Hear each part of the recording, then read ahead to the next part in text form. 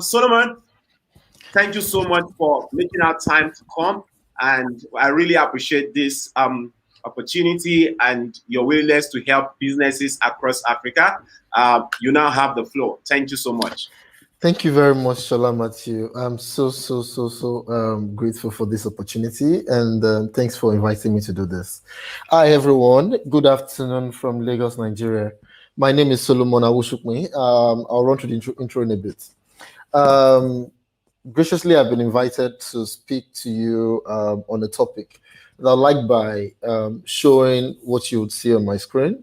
There is this CEO of Ikiti who's currently seeking help. You can see the help shout on the screen, right? He's really bothered. He doesn't know who his customers are. He has a small, which he recently opened, right? And he's so bothered about the buying patterns of his customer. He's bothered about why some of the customers are not buying.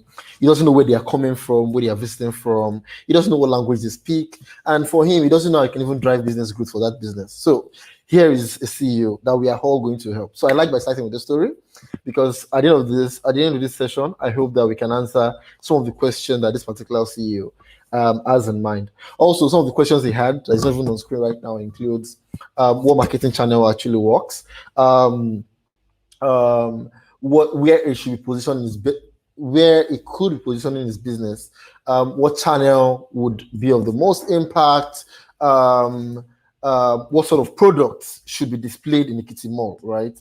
Those are some of the concerns that our CEO has in mind. And throughout this session, we'll definitely uncover this together. I'll move on quickly. And usually to help him, top of mind, we'll think, you know what, let's just hear his questions, or let's tell him, all we know about running businesses or running malls everywhere. We are likely to come and tell him, you know what, in Lagos there is Ikeja City Mall in Ikeja, and this is what they do. They have ABC shops. One of the questions the CEO might actually have had is, what sort of businesses should they have in the mall? It is a different region. Ado Ekiti is a different region with different consumer behaviors, right? I could say, for example, as an undergraduate in Ekiti State University, during my undergraduate years, as Sola mentioned earlier, one of my favorite snack was, the kuli you get at Iworoko, right? So let's assume there was a large set of people, who were really interested in purchasing kuli. It would be helpful on having data to show that there was a huge demand for kuli. Might be helpful for our CEO, the CEO of Ekiti Mall, to understand that having kuli in one of his shops or in the supermarket, right, would be a major product that would maybe drive the biggest sales. But usually, when we are tasked with approaching kind of problem, it's less about showing them just the numbers, right? It's more about what numbers matter, right? What sort of metrics would be helpful, right, to help our CEO solve some of the problems he has, and how do we make or deduce insights from these numbers, right? And how does this impact him? How does this impact his business? How does this impact the objective he has in mind? Usually, I like to introduce this entire session by starting with one of a particular advice from one of my mentors, a Googler, who's also analytical evangelist globally for Google, right? His name is Avinash Kaushik, right? He's a data guru. He's known for this. He's been doing this way before I've been. And the advice he gives to business leaders, and when I'm saying business leaders, I'm talking about CEOs, CTOs, CBOs, chief business officers, head of marketing for very large global organization. It's usually the 90%, the 90-10 rule, which is spend 10% of your money buying tools for measuring data, but invest more in people and in analysis. Because those two things, if you invest more in analysis and in people that understand how to run analysis for you, down the line as a business, this would help you grow. And I think in the next couple of slides, I would walk through, how this is actually impactful. So today's topic, My name is Solomon Awosupin. I currently work at Google as analytical consultant. And basically, what I do is support businesses across Africa, ranging from retail to FMCGs to banks to insurance companies across telcos, across our key markets in Africa, with data powered insight, basically. And you can follow me on Twitter or any of the social media and do at underscore Olalire, right? At underscore Olalire. So I'll dive right into today's talk by defining a particular this number, right?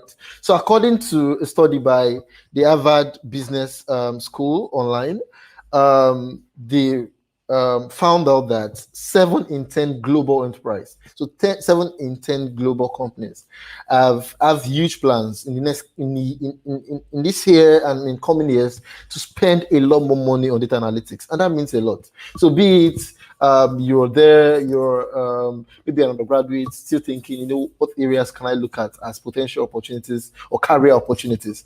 I mean, this shows, I mean, if a lot of investments go into data analytics, that means there's a lot of opportunity there. And if business leaders globally are thinking of spending more money, if in 10 leaders, 7 think it is really, really important to spend money on data analytics, then as small business owners, if you're one on this call, it is very, very important to invest or think about investing in data as a segue to drive growth for you and for your business. Also, following on that, there's also a particular stats also by the same Harvard Business School online, showing how other companies, how these companies, we've talked about 7 in 10 companies, about 70% of all companies globally, right? And most of these companies actually think that they are leveraging data, that data helps them to boost their processes, to boost their cost efficiency. So meaning that they are better informed around, what product line would drive the most growth for them, what area within their business they have to focus more on. If there are challenges from an HR point of view, data is a very unique piece in helping to make clear and distinct decisions around areas that can drive the most growth for them. Also, these people also believe that about some of them, so about half of that population, more than half of the population, think that data is useful for driving strategy and change, right? We all are recipients of the pandemic since last year or since the end of 2019. And we saw the change that happened, how some businesses suffered, how there some businesses revenue just nosedived, how some have grown, how some are still recovering as of today, right? Segment like the travel industry, still trying to recover, right? And also during that same period, we see technology companies and some other sectors like the consumer FMCGs, seeing some level of growth, right?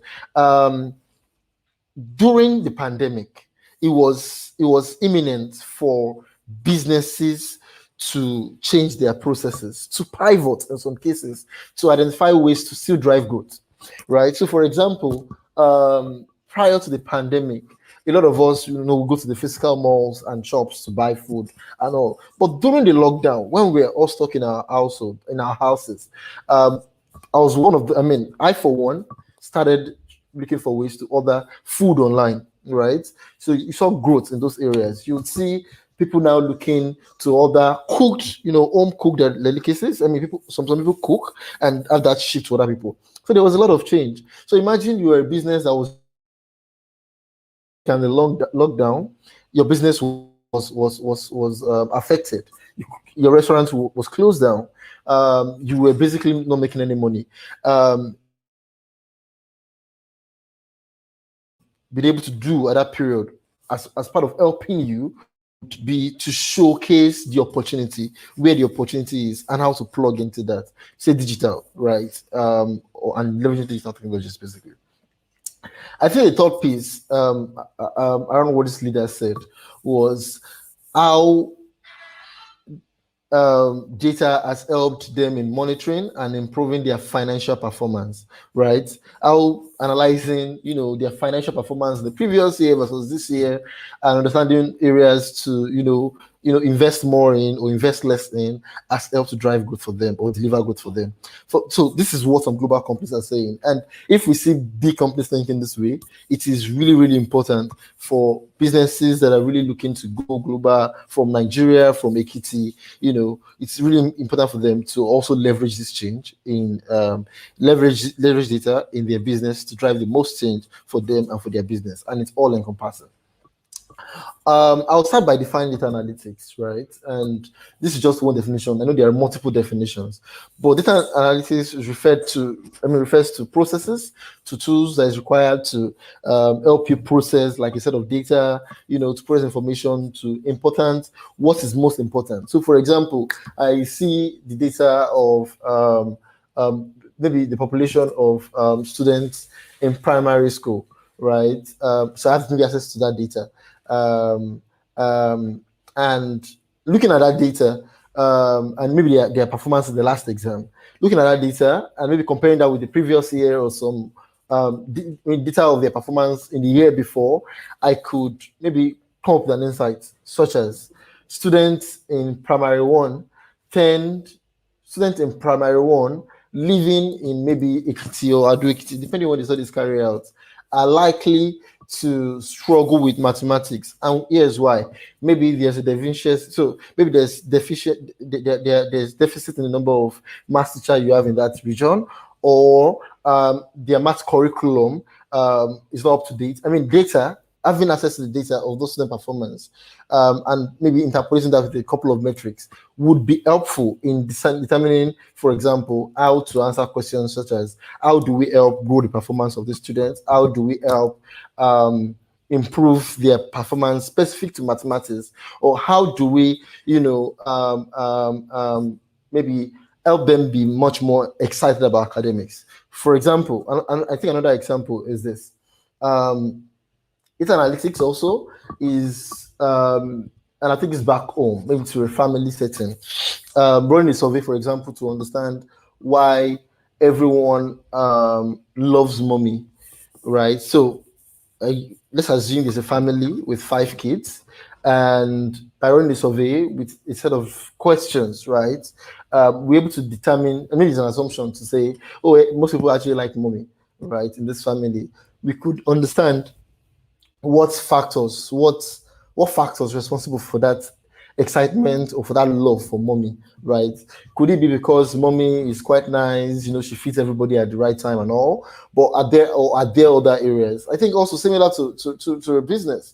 This analytics is, where you look at your spreadsheet, your balance sheet, and understand, okay, what particular line of product is moving. So let's think of ShopRite as an example.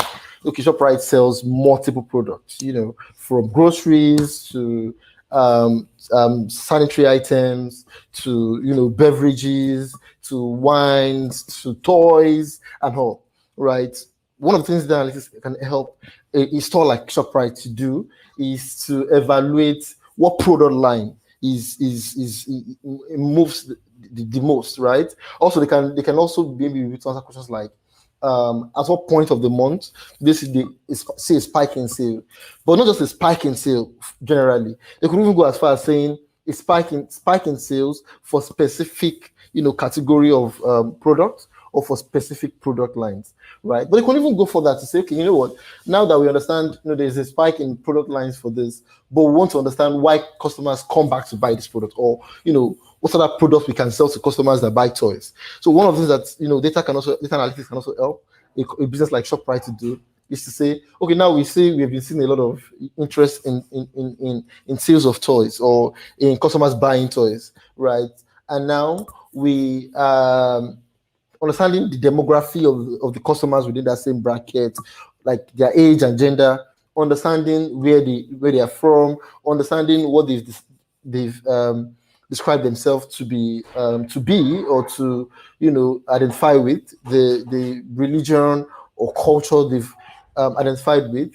we have been able to say, I mean, we can come up, maybe we can come up with an assertion to say that um, to say that customers that buy toys are most likely to be interested in buying electronics. And then while customers are looking to shop for toys, we can then rearrange our store to have electronics maybe displayed around the same area, such that while they're shopping, they actually come across this product and they are likely to add it to cart during checkout. So this is how this actually comes in and comes in helpful. I'll go on to explain more.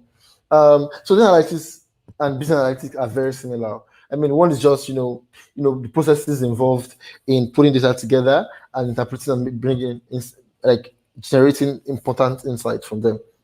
But then business analytics goes the extra mile and it's specific to business.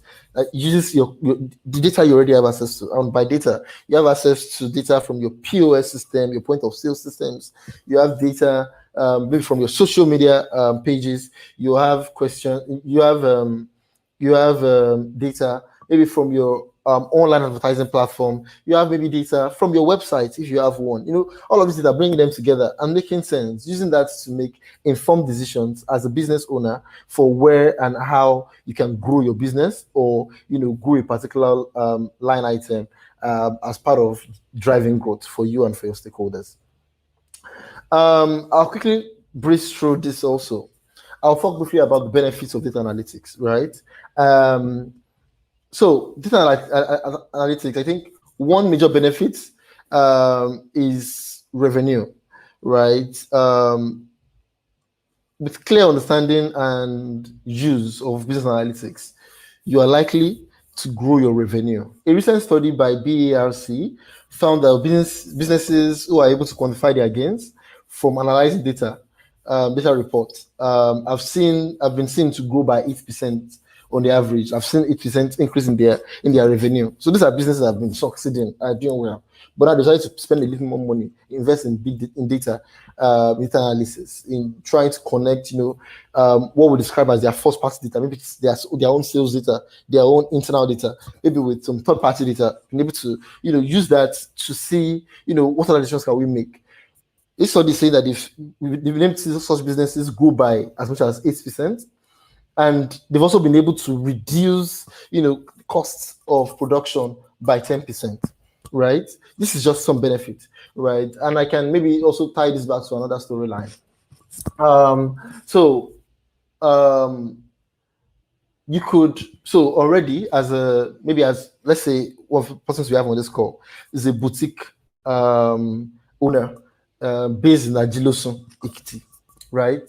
And this particular person, has a Facebook page, has an Instagram page, runs ads on Instagram, but also maybe advertises on Google, uses Google My Business, for example, to bring traffic into their store.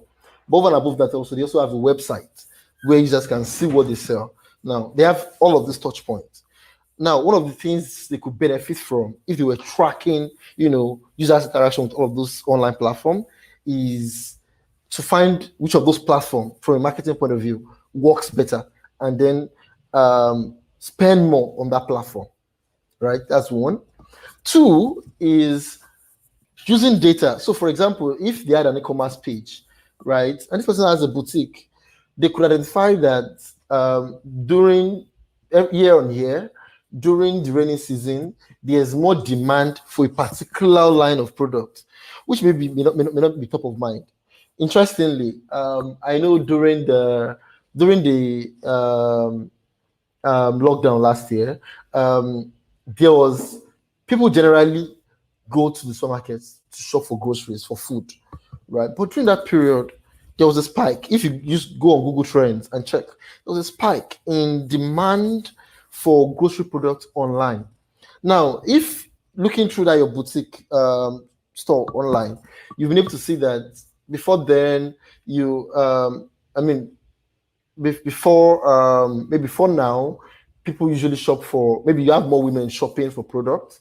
You also have men shopping for products, but the few men that come on your website, after going through the first page, almost exits immediately, right? You can then go further to infer as to the reason why they are exiting after entering, maybe after spending like 1 minute or 60 seconds or 30 seconds on your page, and why the women follow through. One of the reasons could be, okay, maybe you have your website displays a lot more feminine products, and when a man lands, or a male customer lands on your website, they are met with like a plethora of female products.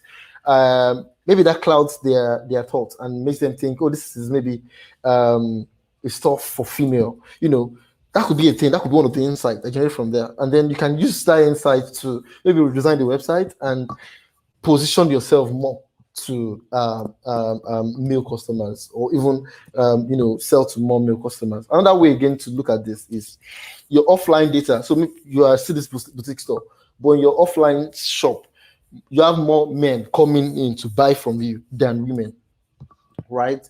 Or you have more students coming to buy from you in your physical store. But online, you see more married people, coming to buy from you. One of the insights you can take away from there is, would it make more sense to find a way to ensure that my online audience, my site is optimized very well for students, so they can also come online? Or is there a need to maybe invest online to drive more traffic? So and that could be an offshoot of maybe another data point. So maybe another data point says that the cost of acquiring a customer offline maybe it's 100 naira, but of acquiring a customer online is 50 naira, right? And you see that a lot of the customers are coming offline, but you're spending a lot to bring them in, right? And you've identified that online it could help you reduce your cost. Maybe it's understanding the behavior of those customers that come offline, and understanding which online channels can reach them, and how can you then use online and spend that your 15 naira online and reach the same amount of customers, same set of customers. I think the last bit around growing revenue is you have customers coming to your store online. With data, you can understand their behavior, use some of those data to help all of your online platforms to reach customers like this same set of customers, right? Most advertising platforms like Google and Facebook have this feature, such as customer match, where you can connect, based on the behaviors of customers that you have online, or based on the information you have, you can use that to reach customers that are very, very similar to them, that behave in similar, have similar online behavior as those customers. So yeah, that's just one piece of how your business analytics actually help you grow your revenue as a business. The second piece is around improving operational efficiency. A report by KPMG found that many firms are now using predictive analytics to anticipate, maintenance and operational issues, even before they become larger problems. So predictive analysis, which I'll get to in a bit, would be you leveraging data you already have from the past and using that to extrapolate, what the trend will look like in future. So, for example, maybe over time you've been seeing that you've been getting a lot of Christian female customers between the ages of 18 and 24 buying from you, right? And every year that is growing by 2%. You can then do an extrapolation to say that, in 5 years' time, that number would have grown to maybe a million. And then you can go back to your stakeholders and your investors to say, guys, you know what? We need investment. We need to invest in infrastructure. We need to prepare for this period because period is coming. So by year 3, in the next 3 years, we should be ready to have a store that can fully satisfy the needs of customers that we are likely to get by year 2025.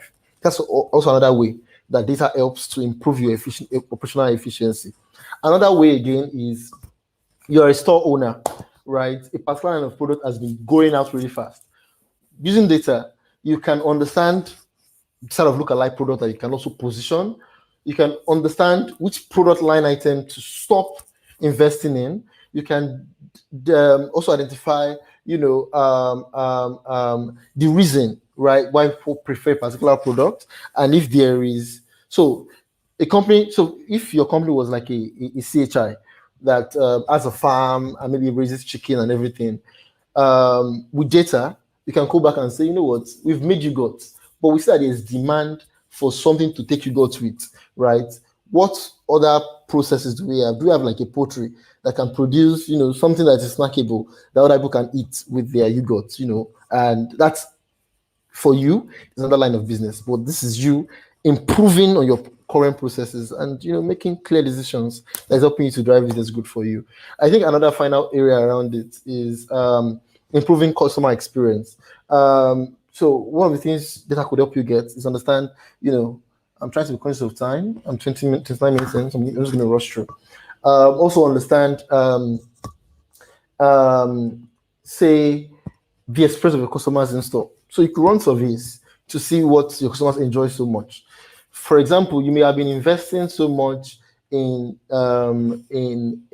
buying more chairs.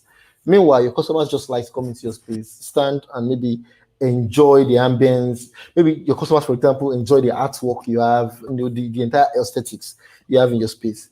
If that's the thing, run the survey. That data will definitely help to really inform the direction to which you should involve and you should invest, and overall growing how much people enjoy the experience they have inside of your store. And this applies in every facet, online, offline, in finance, in every other area. I think the final piece around the benefit of business analytics is in making informed decisions, right? So with data, for example, you can do an A/B test. You can say, you know what, I'm planning to launch a product, maybe a new product, say maybe a business card A and a business card B, right? And the difference between business card A and business card B, maybe is the thickness, for example. And then you could decide to run an A/B test, get feedback from your customers around, okay, what they think, their passion of the product. And using that sort of testing model, you can use that to inform your decisions around, the design of the product, which areas to invest more in, if it makes sense to discontinue a particular line of cards and focus more on different line of cards. These are the sort of things that business analytics can actually help you do.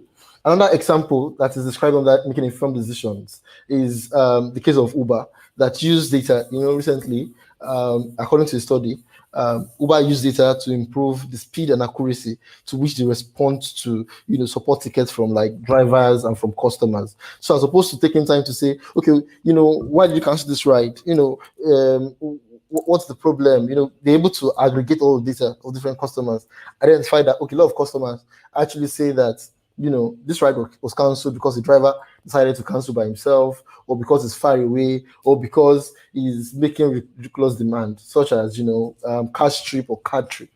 So these are sort of things that data actually helps you do. There are three primary methods using business analytics. One is descriptive, second is predictive, and prescriptive. I'll breeze through them, right? All of these are things you should actually take in a very, very long session. I'm just going to breeze through them quickly so we have enough time for questions. So descriptive data would be you interpreting historical data and using that to identify trends and patterns. So, for example, me looking at how do patients how has the behavior of patients suffering from malaria in Nigeria, how has it evolved since 2018 till now, right? How has it evolved? As symptoms increased, right? As the kind of drug they take increase, as the milligram of like the drug content had to grow over time, based on the way it's been taken and all of that. So it's basically using the historical data of these people's behavior to say, what, guys, this is how people have been behaving, and this basically tells us that maybe we should be thinking of creating a new drug for malaria, or maybe we've actually defeated malaria completely in Nigeria, and we no longer need to invest in malaria anymore. So for me, that's one of the things that the descriptive method in business analytics can actually help you do. Allows you, just from the word described, helps you to look at historical data, interpret it, and identify the trends and pattern. So also another pattern could be with data, you need to see that between January and December of every year, it's usually rain in May, right? And even though climate is changing, it is still between May and June. That's something that data sort of helps. Those are basic things, but this can be really, really, really like deep when applied to business. So I'll just think of one quick example from a business point of view. Um, so descriptive data is you looking at your trend, maybe since the beginning of this year up until now, for like your advertisement on social media, and saying, looking at the way people actually click on posts that have green color and posts that have red color.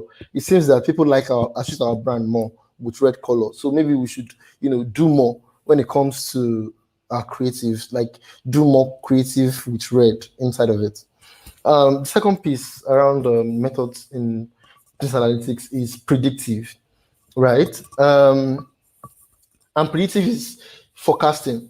So using existing data or using models to predict, what's likely to change in the future, right? So basically using statistics, measure of central tendency, bias theorem, and a bunch of other rules to determine and forecast what future outcomes could look like, right? Maybe using a regression model, for example, to determine, okay, you know what, in previous years we've been seeing our sales grow by 5%, but with COVID happening, we know that we'll be seeing about 10%, or maybe it even grow up to 50% in 5 years' time. So it's making predictions, but using data to make predictions. And that's another interesting thing that you can do as a data analyst.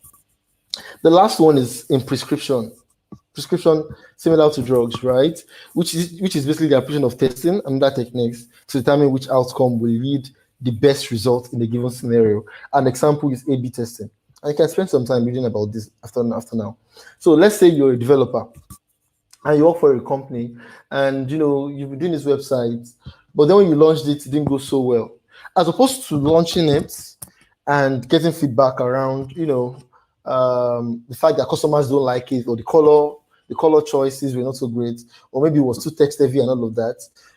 The team could have decided, to do an A/B test, build a website with fewer colors and maybe fewer tests, and another website with more colors and maybe a lot of tests, a lot of text, and then share this to maybe select a controlled group and let them go through it as A/B. So segment A is A, another segment B, and segment A and B provide feedback around what they think around the product, right?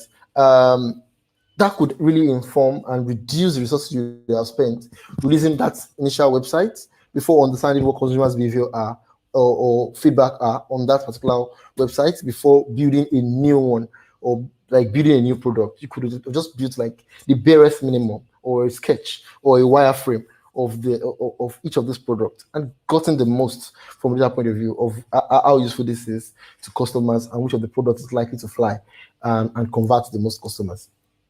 Moving on quickly, I think usually whenever I run a session like this, because it's not a data analytics training, it's just an expository around what data can do for you, right? If you're able to leverage its powers.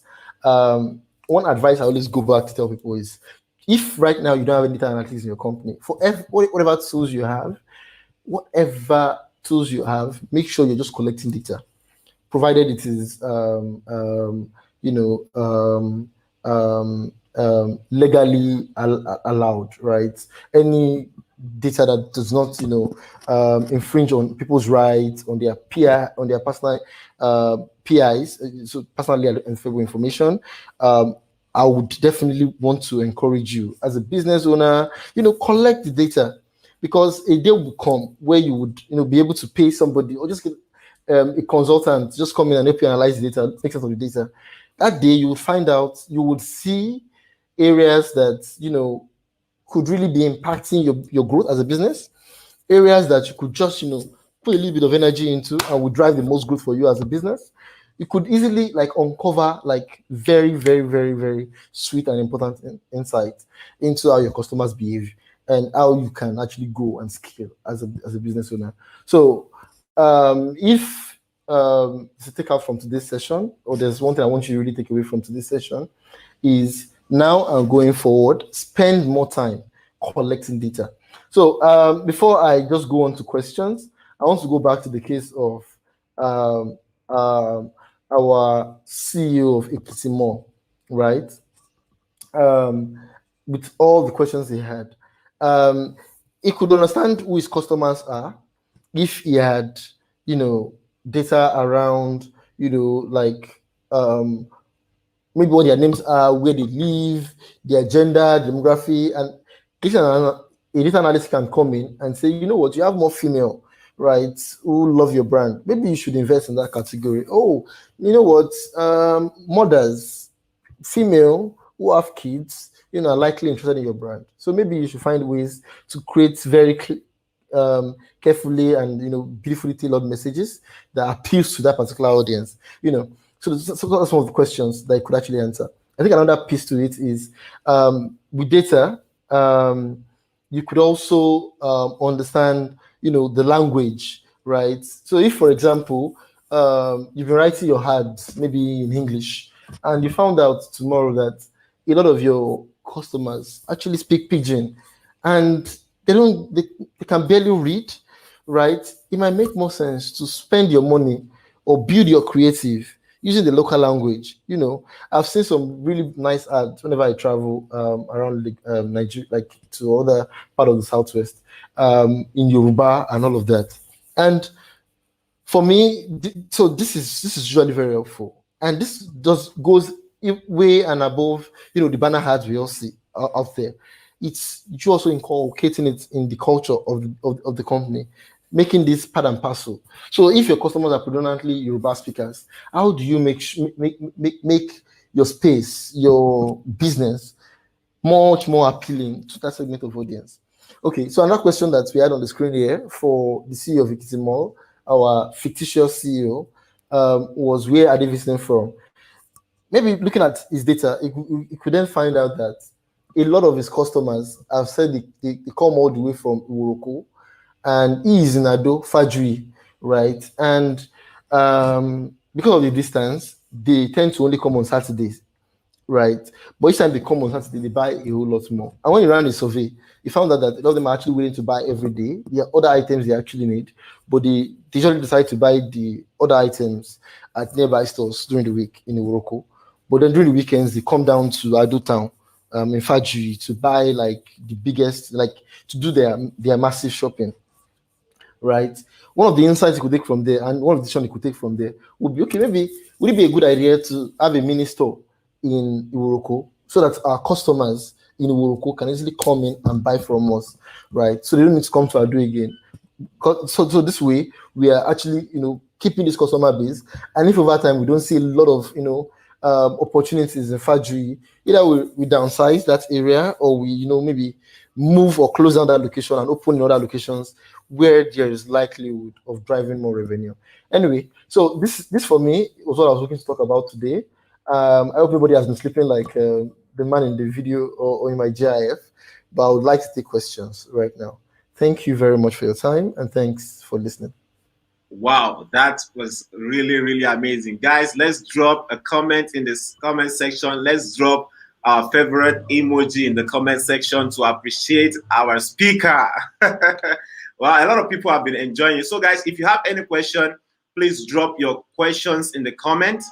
I can see Engineer Oni Olua Femi says investing in infrastructure. Good point. So they are just kind of hailing you for those good points. Busui says, I'm happy this is happening in Ekiti. Digital revolution. Yeah, that's good.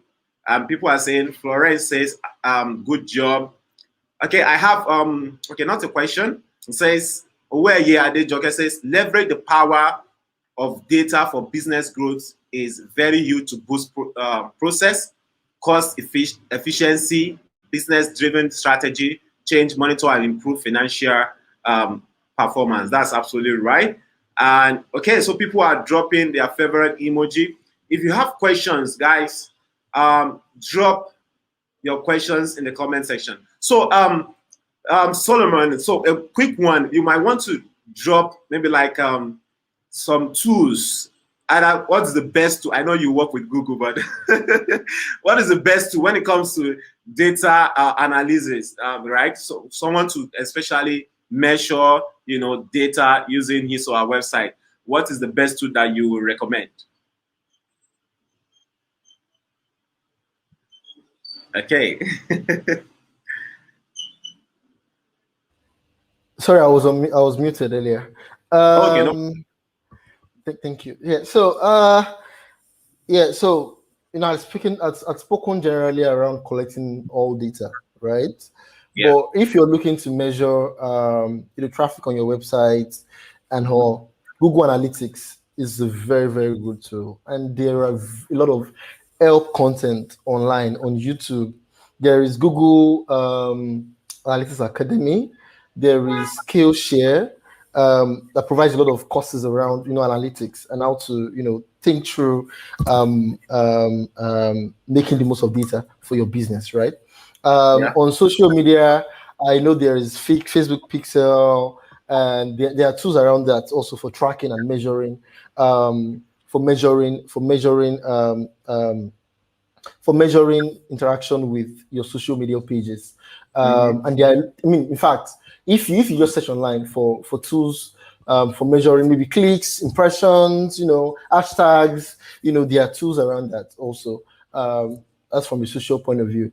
But over and above this, I think one thing I've been trying to really, really emphasize on is analytics. Data analytics is super important. You can't.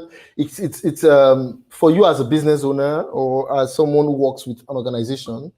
It's an area that can help you grow, can help you, improve your efficiency, improve like your business processes, basically in different areas, right? So if at the moment you don't have the resources, leverage on the Yeah. free tools that exist. Google Analytics. If you are a supermarket, get the POS systems. And if you don't have money to buy like the physical big hardware because they're expensive, there are apps, apps like Loivas and Co.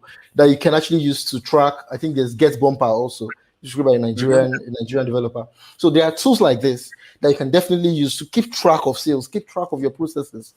And Yeah. all it takes is to get one data analyst one day to help you look at the data, and you'll be so surprised as to the impact that analysis would have on your business. So for me, I think it's important to collect data right now if you don't have the money to analyze it. But if you have a little bit, follow Avinash Kaushik's rule in my first few slides. Invest more Mm. in people. Yeah. Get 90, somebody. 10 rule. Yeah, the 90-10 rule. Get someone to actually help you analyze your data, because it will be it could be very, very, it could be an eye opener when you see what you'll be missing out on, from a marketing or sales point of view, by not analyzing the data you currently have access to. So thank you so much. So who are those people that that are professionals in data analysis? For example, I own a small business and I use websites, use it to track data. Do I necessarily have to get a professional, so to say, to come and analyze my data before I can say that this actually are the data that work for me? Thank you very much, Shola. Um, so for a small business, I can understand the resource constraints, maybe to recruit somebody. But if you Yeah. have the resources, I'll still take you back to Avinash's rule. Get somebody to analyze data for you, because it could save you Yeah. a ton of money and a ton of time, right? Also, it can help improve your business processes. Now, if you don't have the money, maybe you won't spend the time reading and learning more, right? And there are a lot of courses. You can take courses on data analytics and just have the basic ones, right? You could just put your data on the spreadsheet and start, building charts, cleaning up the data. So, for example, it's your sales data, and already you have a column with like your margin and your revenue and your profit. You could try to do quick analysis around which of your products generates the most profit, which has been dropping, which of the products profit has been dropping over time. What can you do more? Is there a particular product line that has a lot of demand but the margin is quite low? What can you do to find maybe similar products, or to also like to maybe understand like the factors guiding the buying decision around that particular product, and the decisions that you can take off based on what that data is telling you to do. So it could be investing in a similar product. So for example, I'm just saying maybe cornflakes, seeing a lot of a lot of interest in your store, and you've been selling Kellogg's before now. Now with the demand you've been seeing, you're trying to see how you can reach some other segment. So Look at your data. You've seen that people that can spend up to 20,000 naira per month in your store buy Kellogg's, but people that spend lower than that amount, or even 5,000 naira per month in your store, do not usually cannot usually afford Kellogg's. Maybe that data will be informing you to say, you know what about getting other local brands, other cheaper brands, maybe like Nasco and so, to say, you know what, let's have this in our store and see me this newer set of customers, right? And constantly Yeah. engage with them. I think the final piece, and I know I'm taking too much time on this piece, Yeah, is we'll have to round up right now. okay. I'll just pause at that. That's fine. Okay. No, you just conclude your thoughts. All right. Okay. I think the last piece is for businesses that are predominantly online, on Mm, social or with website and all. Right. One thing that could be useful is understanding people's behavior on your website. So Google Analytics is a mm. powerful tool, right? That you can also use to measure like people's buying or conversion journey on your website. So using Google Analytics as an example, you could understand, what number of visitors come to your website, how many of them eventually buys a product and pays for it. Okay, that's fine. Now you know who buys, how many people buys. But then you could even go as far as understanding what affects, like, why are they not buying? Why do I have 1,000 people on my website and only 5 people buying? Is it because of the user experience? Is it that my checkout page is quite long? Is it that my product is not very visible when they are on the page? There are a lot of metrics. They tool like Google Analytics. I can even help you, double click into users' behavior on that website to understand, what's guiding their journey and why are they either purchasing less or purchasing more, and what can I do to either improve that process or even invest more in that process. All right. Thank you so much, Solomon. One of the things that actually helped us with this summit is actually the data that you really talked about. We actually embedded Google Analytics on our website, and we're looking at where are people actually coming from. What location should we target the more, like you said earlier, and it helped. But one of the key major things that I learned today is that we should get someone to help us analyze our data following the 90-10 rule. And I'm so happy. Thank you so much for your time. And we hope that next time we will call you, Solomon, you're going to answer us. We know you are very busy as a Google man, but thank you so much and have a nice time. See you on the other side.